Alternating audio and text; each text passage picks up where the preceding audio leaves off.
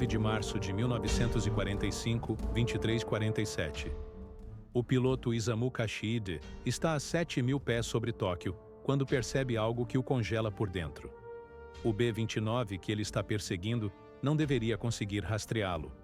Está vindo por trás, pela cauda, o ângulo morto clássico que todo piloto japonês aprendeu a explorar contra bombardeiros americanos. Mas as torres de armamento do Super Fortress já estão girando. Não de forma hesitante, não procurando. Girando diretamente para ele. Como se soubessem exatamente.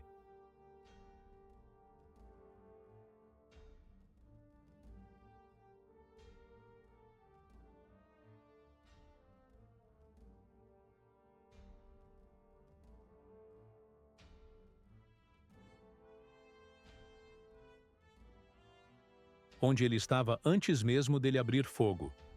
E então, Kashide vê algo que não deveria ser possível. A torre superior traseira se move. A torre inferior também.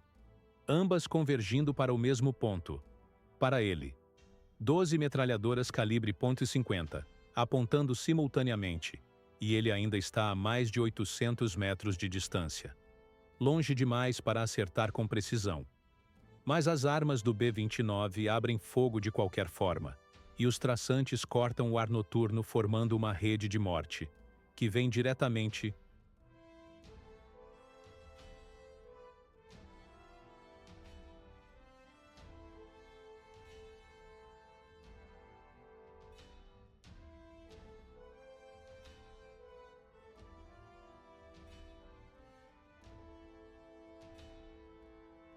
Em sua direção. Kashide desvia violentamente. Sente os impactos perfurando a asa esquerda do seu Ki-84. E pela primeira vez em 3 anos de combate, entende algo terrível. Não está lutando contra homens. Está lutando contra uma máquina que calcula, que prevê, que nunca erra. E naquela noite, sobre os céus de Tóquio em chamas, ele percebe que o Japão já perdeu esta guerra. Porque não importa quantos pilotos corajosos eles tenham. Coragem não vence matemática. Antes de continuarmos, se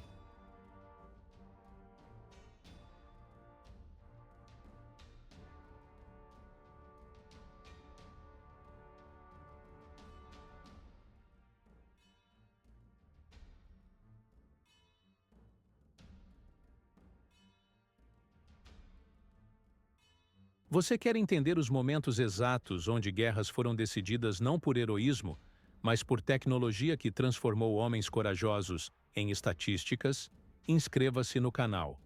Estamos com a meta de alcançar 1.000 inscritos, e seu apoio é extremamente importante para continuarmos trazendo essas histórias que revelam a verdade brutal por trás dos conflitos. Agora, deixa eu te contar o que realmente aconteceu naquela noite. 6 horas antes, na base aérea de Tinian, 334 B-29 Super Fortress.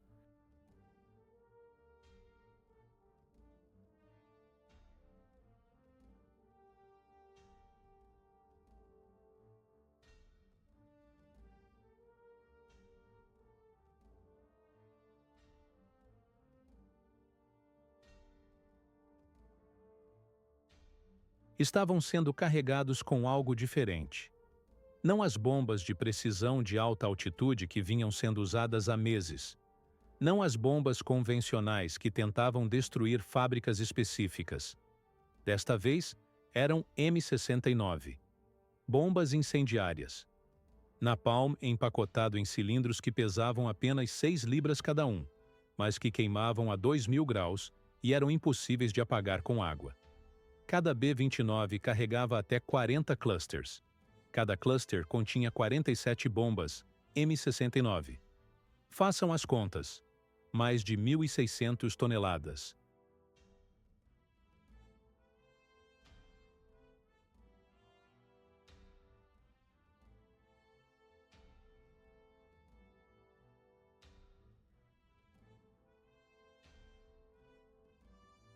De incendiários que seriam despejados sobre uma cidade construída 70% de madeira e papel. O general Curtis LeMay sabia exatamente o que estava fazendo. sabia que o bombardeio de precisão em alta altitude não estava funcionando. Meses de ataques contra fábricas japonesas tinham produzido resultados mínimos. Ventos em altitude distorciam as bombas. Cobertura de nuvens escondia alvos. A eficácia era ridícula. Então, LeMay mudou tudo. Baixa altitude. Entre 5.000 e 9.000 pés. Bombardeio.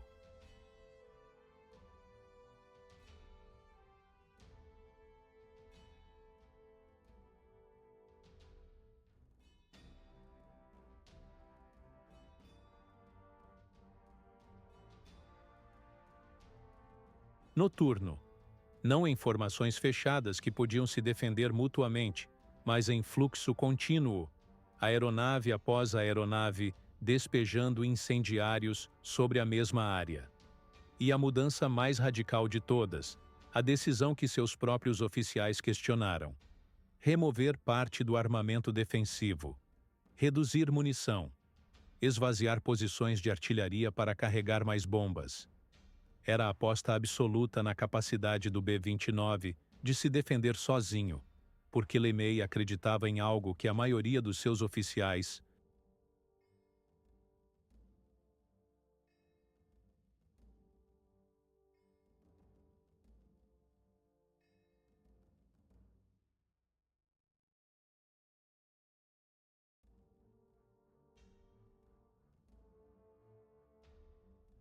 ainda não compreendia completamente. O B-29 não era apenas um bombardeiro maior. Era uma plataforma de combate integrada como nada que existira antes. O sistema começava nos mirantes. 5 posições espalhadas pelo bombardeiro, cada uma equipada com miras ópticas giroscópicas estabilizadas. O atirador olhava através da mira, colocava o retículo sobre o alvo, e a partir daquele momento não estava mais controlando uma arma. Estava alimentando dados para um sistema. O mirante transmitia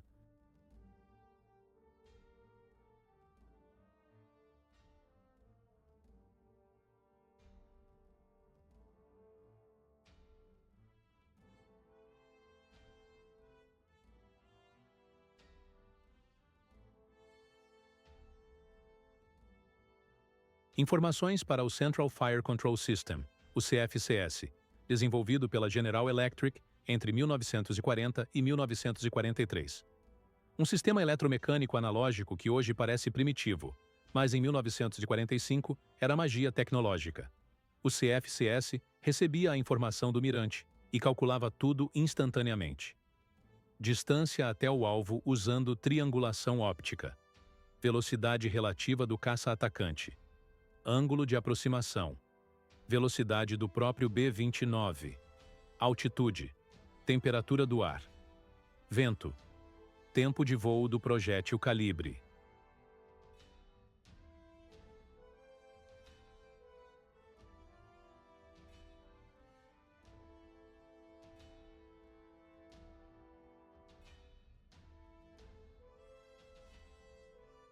(50) E então fazia algo revolucionário. Aplicava lead automático.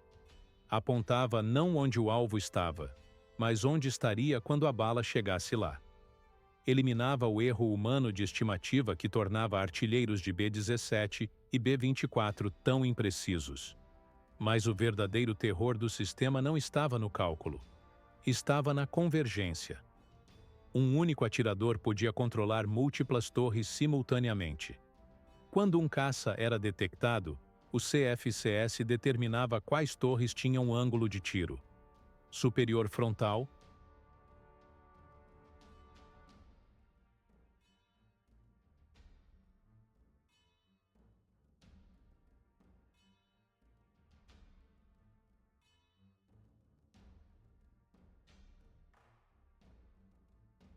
superior traseira, inferior frontal, inferior traseira. Todas convergiam automaticamente. O caça japonês não recebia fogo de uma arma. Recebia fogo de 4, 6, 8 metralhadoras ao mesmo tempo, todas calculando lead independentemente, todas ajustando em tempo real conforme o alvo manobrava. Não havia zona morta. Não havia ângulo seguro. Apenas geometria e probabilidade, e ambas favoreciam o B-29. Kashid não sabia nada disso quando decolou às 23h15. Sabia apenas que B-29s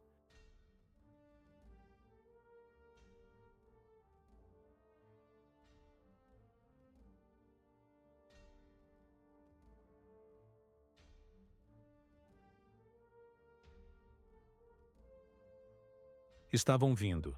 Centenas deles. Os radares japoneses primitivos e mal coordenados detectaram a formação aproximando-se de sudeste. Alarmes soaram em Tóquio. Mas não houve pânico inicial, porque bombardeios americanos vinham acontecendo há meses. Alta altitude, relativamente ineficazes. Pessoas desciam para abrigos, esperavam o rugido dos motores Wright R-3350. Ouviam as explosões distantes. Depois voltavam para casa e limpavam os escombros. Noite de 9 de março parecia que seria igual.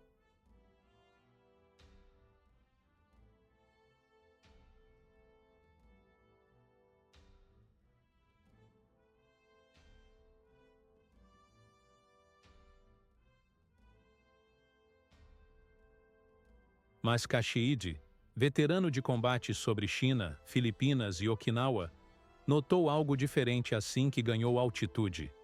Os B-29 estavam baixos. Muito baixos. Quase podiam vê-los contra as luzes da cidade. E não estavam em formações defensivas fechadas. Estavam dispersos, chegando em fluxo contínuo, como assembly line de morte despejando carga após carga sobre os bairros orientais de Tóquio.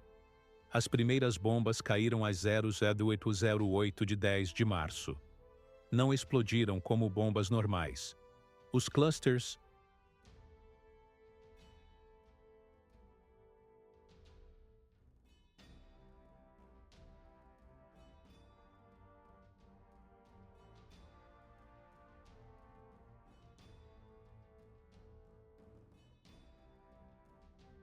se abriram no ar, espalhando dezenas de M69 que caíam como chuva de metal.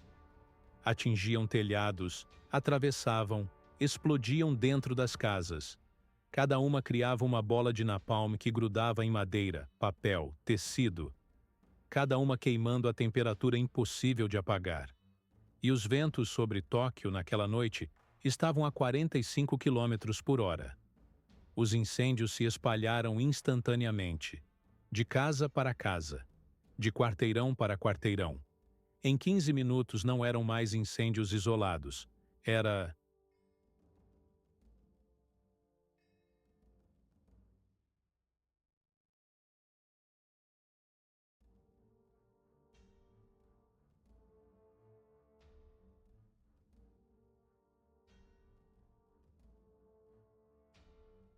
uma única parede de fogo que começava a gerar seu próprio clima. A tempestade de fogo começou às 00h30. Física simples, tornando-se inferno terrestre. O ar superaquecido sobe violentamente, criando vácuo na base. Ar frio é sugado de todas as direções para preencher o vácuo. Isso alimenta as chamas com oxigênio fresco, aumentando temperaturas. Temperaturas mais altas criam correntes ascendentes mais violentas. Vácuo maior. Mais ar sendo sugado. Ciclo que se retroalimenta até que ventos.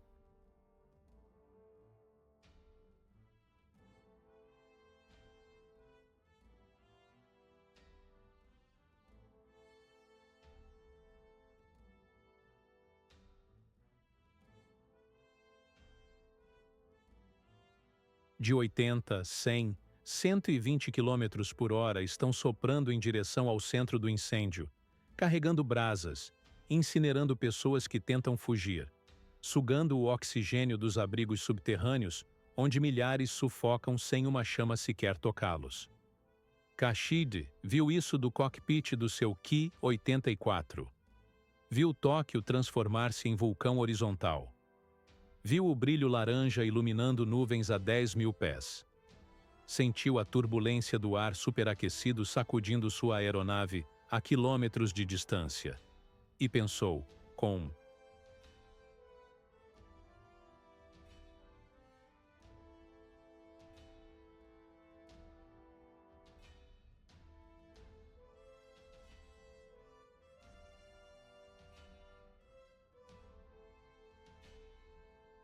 clareza terrível, que não importava quantos B-29 ele abatesse esta noite. Centenas de milhares já estavam morrendo embaixo. Mas ele tinha um trabalho: interceptar os bombardeiros, proteger o que ainda pudesse ser protegido. Então acelerou em direção à silhueta negra de um Super Fortress recortada contra as chamas, verificou munição, 200 rounds de 20 mm e 400 de 12,7 metros e iniciou a aproximação pela cauda. Era a tática que funcionava contra B-17. Vir por trás, ligeiramente abaixo, manter-se na A.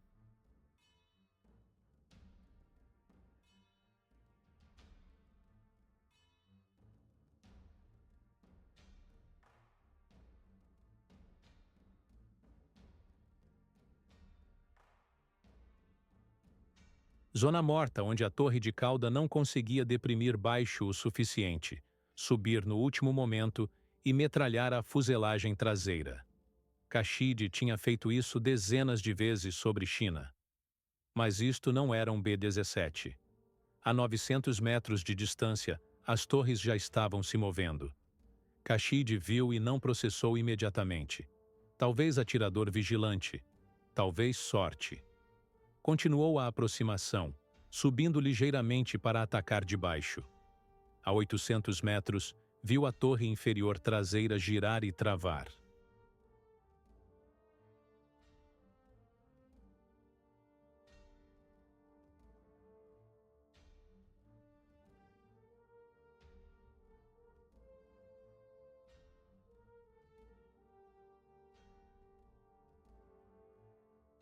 Nele, não procurando, travada, como se estivesse sendo guiada por fio invisível conectado diretamente ao seu avião. E então abriu fogo. De 800 metros. Distância onde atirador humano não acerta nada com consistência. Mas os traçantes vieram direto. Kashid desviou. Rolou para a esquerda, sentiu impactos, olhou e viu furos na asa, combustível vazando. Não era possível. Afastou-se, circundou, tentou entender o que acontecera. Viu outro Ki-84 atacando o mesmo B-29 de lateral, tentando o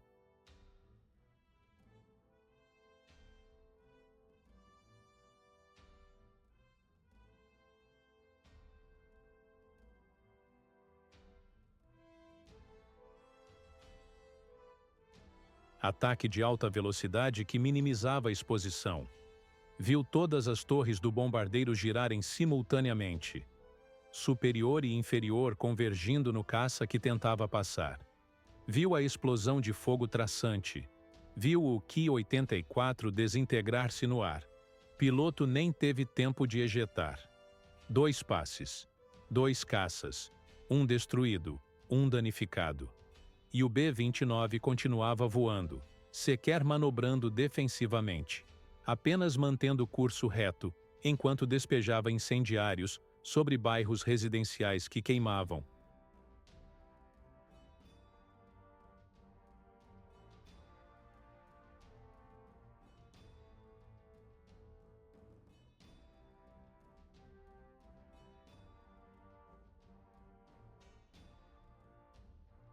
E 1000 metros abaixo. Kashid fez os cálculos mentalmente. Se cada B-29 podia fazer isso, se cada um tinha sistema que transformava ataques de caça em suicídio, quantos pilotos japoneses morreriam esta noite tentando defender uma cidade que já estava perdida?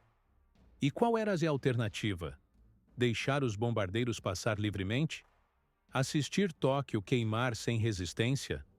Ele decidiu tentar ataque frontal. Vir de frente, alta velocidade, atirar no cockpit, passar antes que torres pudessem.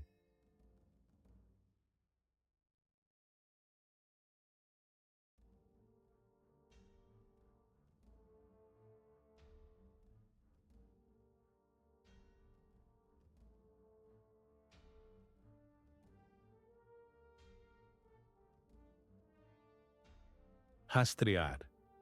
Era mais perigoso porque expunha o caça a fogo de todas as armas frontais, mas era também o único ataque que oferecia chance real contra o sistema americano. Kashidi acelerou, ganhou altitude, virou e mergulhou em direção a outro B-29 que voava isolado, perfeitamente iluminado pelas chamas da cidade abaixo. Velocidade 380 mph. Distância fechando rapidamente. 1.200 metros. Em 1.800. As torres se moveram, mas desta vez Kashidi estava vindo rápido demais. 600 metros. Colocou.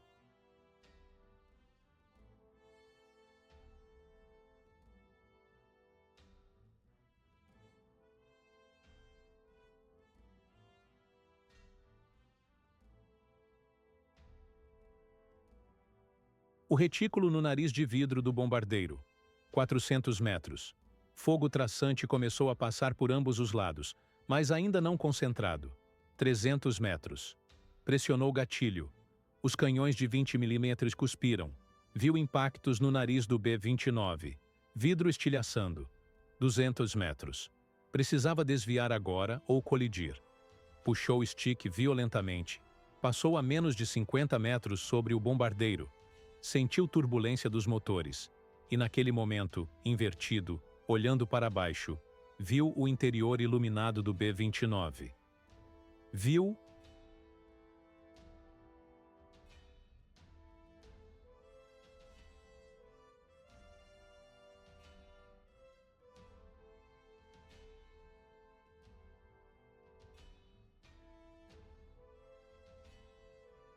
o atirador na torre superior. Viu que ele não estava nos controles das armas. Estava olhando através de uma mira, apenas olhando, e as armas se moviam sozinhas, seguindo, rastreando, mesmo durante sua passagem a 400 mph. Kashidi entendeu então. Não eram reflexos humanos. Não era habilidade.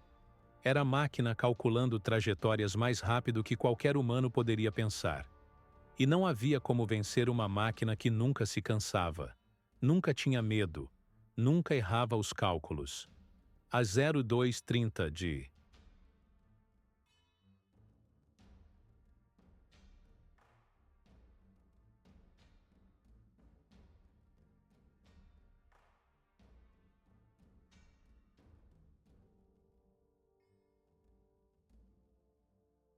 10 de março.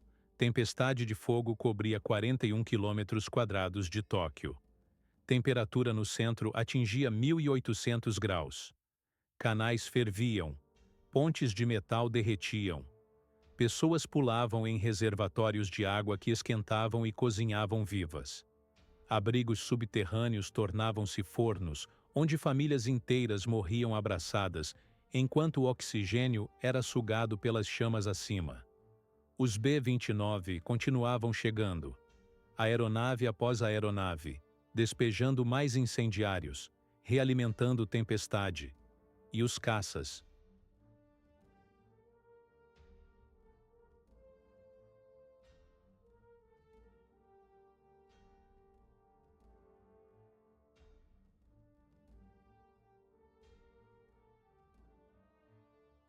Japoneses continuavam atacando, morrendo em números horríveis.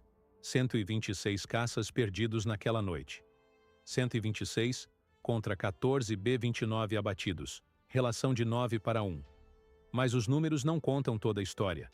Não contam que metade daqueles 14 B-29 não foram abatidos por caças. Foram perdidos por falha mecânica, por dano acumulado, por pilotos voando baixo demais e colidindo com turbulência térmica. Não contam que pilotos japoneses faziam 3, 4, 5 passes contra bombardeiros que pareciam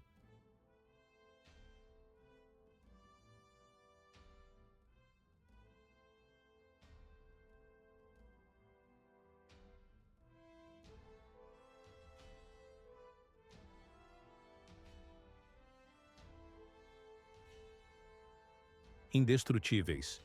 Que alguns, combustível e munição esgotados, tentavam Tai-Atari, ataque ramming, transformando suas próprias aeronaves em projéteis suicidas, porque era a única forma de garantir que pelo menos um B-29 cairia. E não contam que mesmo isso frequentemente falha, porque B-29 era construído para sobreviver. Estrutura reforçada, tanques autosselantes, sistemas redundantes. Homens morriam tentando destruir máquinas que eram projetadas para absorver punição e continuar voando.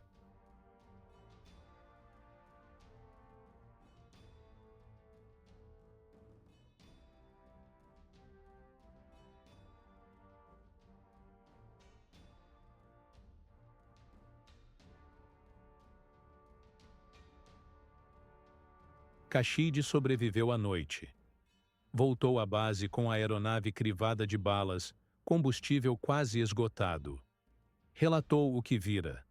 As torres que se moviam sozinhas. A convergência impossível de fogo. A precisão que não poderia ser humana. Oficiais de inteligência ouviram com expressões cada vez mais sombrias, porque ele não era o primeiro piloto a relatar isso. Não era o 10º. Dezenas de pilotos que sobreviveram a encontros com B-29 descreviam a mesma coisa. Sistema que antecipava movimentos.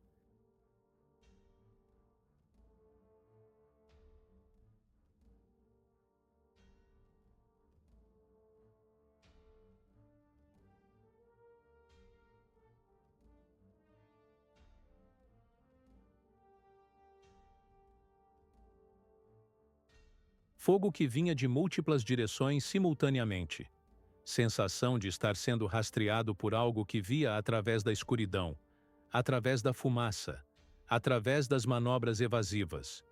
E os engenheiros japoneses, quando finalmente conseguiram examinar destroços de B-29 abatido, encontraram os componentes do CFCS. Viram os servomotores que controlavam torres remotamente. Viram computadores balísticos analógicos, sistemas de estabilização giroscópica, conexões elétricas integrando mirantes a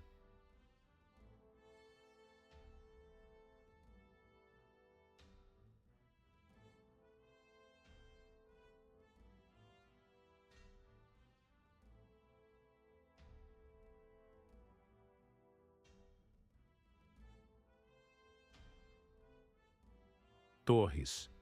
E entenderam que estavam enfrentando tecnologia que não tinham como replicar. Japão, em 1945, mal conseguia produzir rádios confiáveis para seus caças. Sistemas hidráulicos falhavam por falta de peças. Combustível era tão escasso que pilotos treinavam com menos de 100 horas de voo. E americanos tinham bombardeiros onde um único atirador controlava sistema automatizado de defesa que calculava balística em tempo real. A diferença não estava apenas no sistema de armas. Estava em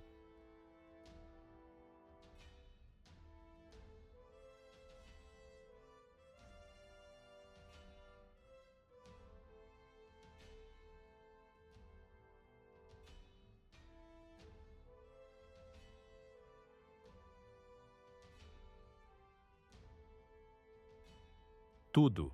B-29 era pressurizado. Tripulação voava em ambiente controlado. Temperatura confortável. Sem máscaras de oxigênio. Sem trajes pesados. Podia operar em eficiência máxima por horas. Atirador em B-17 ou B-24 ficava exposto ao frio de 40 graus, usando trajes volumosos, lutando contra a hipóxia, fadiga, congelamento. Sua eficiência caía dramaticamente após 1 hora. Atirador em B-29 sentava em compartimento aquecido, olhando através de mira óptica, apertando gatilhos que alimentavam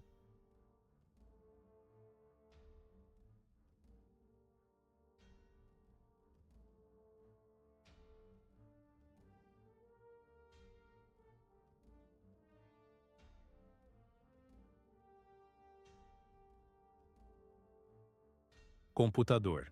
Podia operar a noite toda sem degradação. E o alcance. B-29 voava 5.200 quilômetros. Podia decolar de Tinian, bombardear qualquer lugar no Japão e voltar. Japão não tinha bombardeiros que pudessem alcançar bases americanas. Não tinha como retaliar estrategicamente. Podia apenas defender e defesa estava falhando sistematicamente, porque até mesmo os melhores caças japoneses, os Ki-84 Hayate, que em teoria eram superiores em velocidade e teto operacional, estavam operando com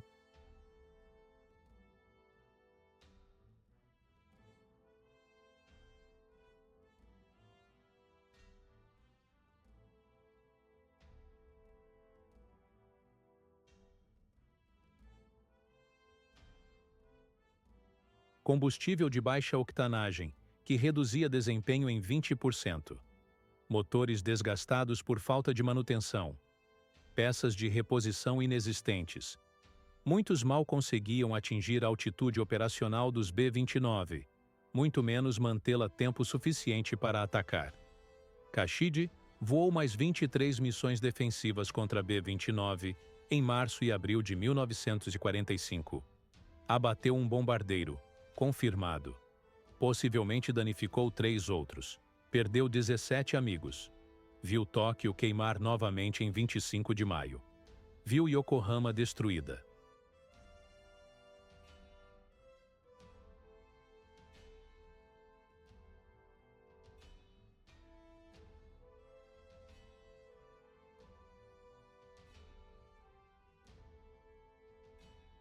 Osaka, Kobe, Nagoya.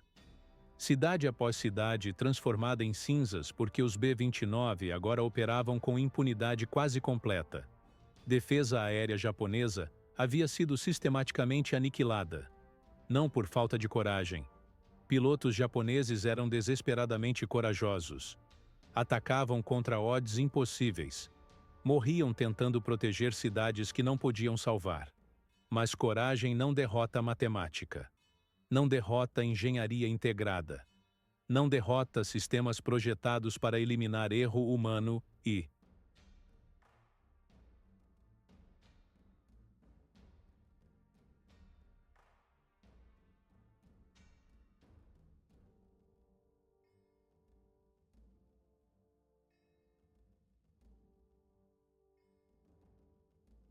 maximizar letalidade. A guerra no Pacífico foi decidida por muitas coisas. Capacidade industrial americana que produzia navios, aviões, bombas em escala que Japão não podia igualar. Vantagens logísticas. Quebra de códigos. Superioridade numérica. Mas sobre os céus noturnos de Tóquio em março de 1945, foi decidida por algo mais fundamental. Foi decidida pela diferença entre homem apontando arma e máquina calculando balística. Entre atirador estimando lead e computador aplicando.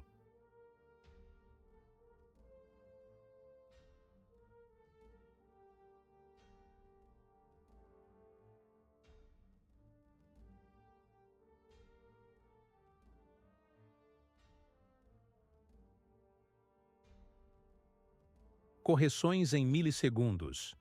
Entre coragem enfrentando morte inevitável e sistema que transformava coragem em estatística. 100.000 civis morreram na noite de 9 para 10 de março.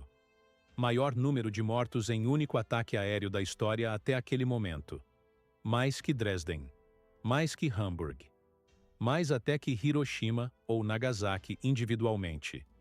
E aconteceu porque 334 bombardeiros conseguiram despejar 1.665 toneladas de incendiários sobre cidade construída de madeira, protegidos por sistema.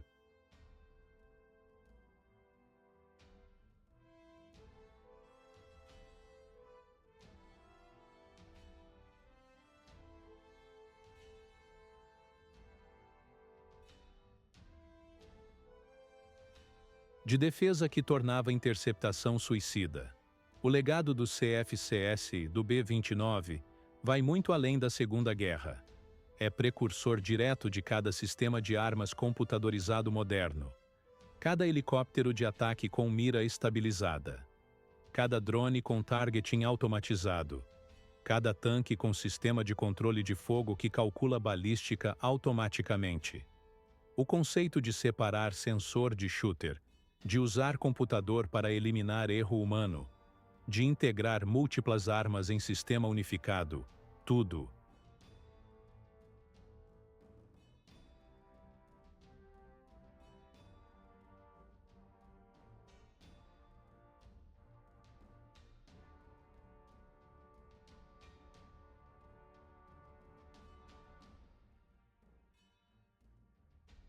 Começou naquele bombardeiro prateado que voava sobre Japão em 1945.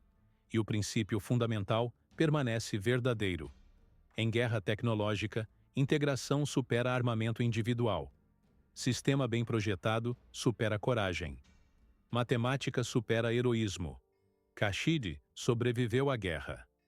Rendição veio em agosto, antes que ele morresse em alguma missão suicida final. Ele disse depois, em entrevista nos anos 1980, algo que resume tudo. Lutamos bravamente, mas estávamos usando táticas de 1940 contra...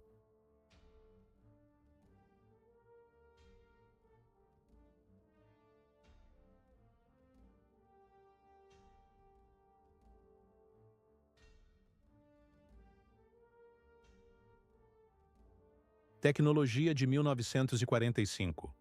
Não tínhamos chance. Cada noite que decolava para interceptar B-29, sabia que provavelmente morreria. E cada noite que sobrevivia era porque o sistema americano deixou brechas por acaso, não porque eu era melhor piloto. Se você quer continuar entendendo esses momentos, onde tecnologia decide guerras, antes das primeiras balas serem disparadas, inscreva-se no canal. Estamos lutando para alcançar 1.000 inscritos. E seu apoio faz diferença real para continuarmos trazendo...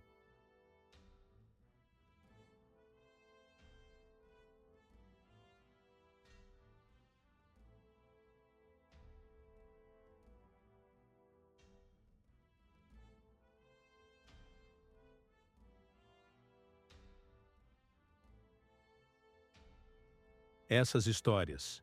E deixa eu te perguntar algo.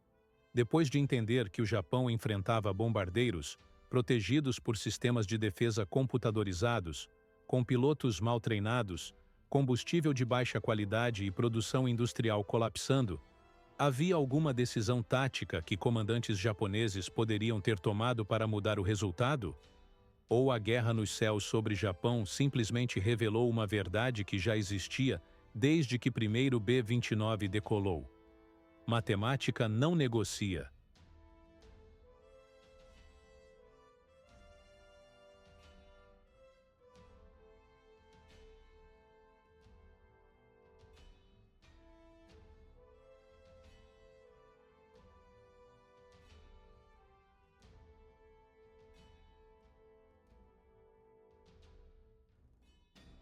Engenharia não sente pena.